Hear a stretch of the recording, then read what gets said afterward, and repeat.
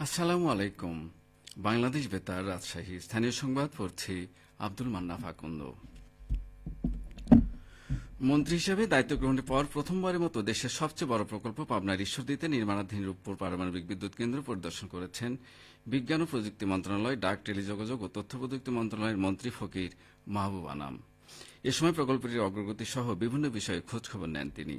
আজ সকালে রূপপুর পারমাণবিক বিদ্যুৎ কেন্দ্রে পৌঁছালে তাকে স্বাগত জানান প্রকল্পের নির্মাণ, রক্ষণাবেক্ষণ ও পরিচালনার দায়িত্বে থাকা nuclear power plant company Bangladesh লিমিটেডের ব্যবস্থাপনা পরিচালক ড জাহিদুল হাসান।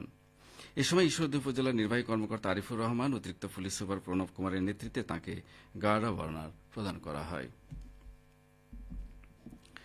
আন্তর্জাতিক নারী দিবস উপলক্ষে রাজশাহীতে র্যালি ও মানববন্ধন অনুষ্ঠিত হয়েছে। আজ নগরীর আলোপট্টি মোড় থেকে র্যালি শুরু হয়ে সাহেব বাজার জিরো পয়েন্টে গিয়ে শেষ হয়। পরে সেখানে সচেতন নাগরিক committee, Rajshahi metropolitan police, Bangladesh police মহিলা পরিষদ, রাজশাহী জেলা শাখা সহ বিভিন্ন সংগঠনের উদ্যোগে মানববন্ধন অনুষ্ঠিত হয়েছে। মানববন্ধনে বক্তারা নারী ও কন্যা শিশুর অধিকার ও ন্যায় বিচার নিশ্চিত করতে রাজনীতি ও নির্বাচনে নারীর সমান প্রতিনিধিত্বের দাবি জানান। তারা বলেন, আইন ও নীতিতে সম অধিকারের কথা থাকলেও বাস্তবে নারীরা এখনও নানা ক্ষেত্রে বৈষম্যের শিকার হচ্ছেন। দেশে নারী নির্যাতন ও ধর্ষণের প্রতিরোধে কঠোর ব্যবস্থা নেওয়ারও আহ্বান জানান বক্তারা। এদিকে আজকের পদক্ষেপ আগামী ন্যায় বিচার সুরক্ষিত হোক, নারী ও কন্যার অধিকার, এই প্রতিপাদ্যে নওগাঁর পত্নীতলায় আন্তর্জাতিক নারী দিবস পালিত হয়েছে। সকালে কর্মসূচির উদ্বোধন করেন উপজেলা সমাজসেবা কর্মকর্তা ফিরোজ আল মামুন। শুরুতেই একটি র্যালি পৌর এলাকার বিভিন্ন সড়ক প্রদক্ষিণ করে এবং পরে পৌরসভার হলরুমে আলোচনা সভা অনুষ্ঠিত হয়। এতে দিবসের প্রতিপাদ্য বিষয় তুলে ধরেন বক্তারা। জ্বালানি তেলের মজুদ ও সরবরাহ সংক্রান্ত বিষয়ে নাটোরের জেলা প্রশাসনের সাথে জেলা পেট্রোল পাম্প মালিক সমিতির মতবিনিময় সভা অনুষ্ঠিত হয়েছে।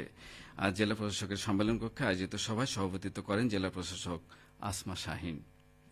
সভায় জানানো হয়, খোলা বাজারে অনুমোদনবিহীন ব্যবসায়ীরা জ্বালানি তেল মজুত করার ফলে জ্বালানি তেলের কৃত্রিম সংকট দেখা দিয়েছে।